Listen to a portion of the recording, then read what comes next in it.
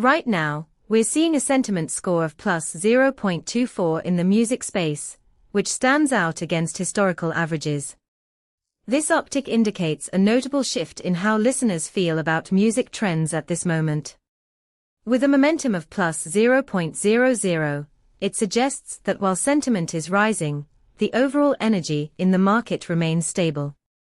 Our API returns detailed sentiment analysis, including semantic clusters that help you understand the nuances of audience emotions. For example, you could leverage this data to fine-tune your playlist curation, ensuring you're aligning with what listeners are feeling right now.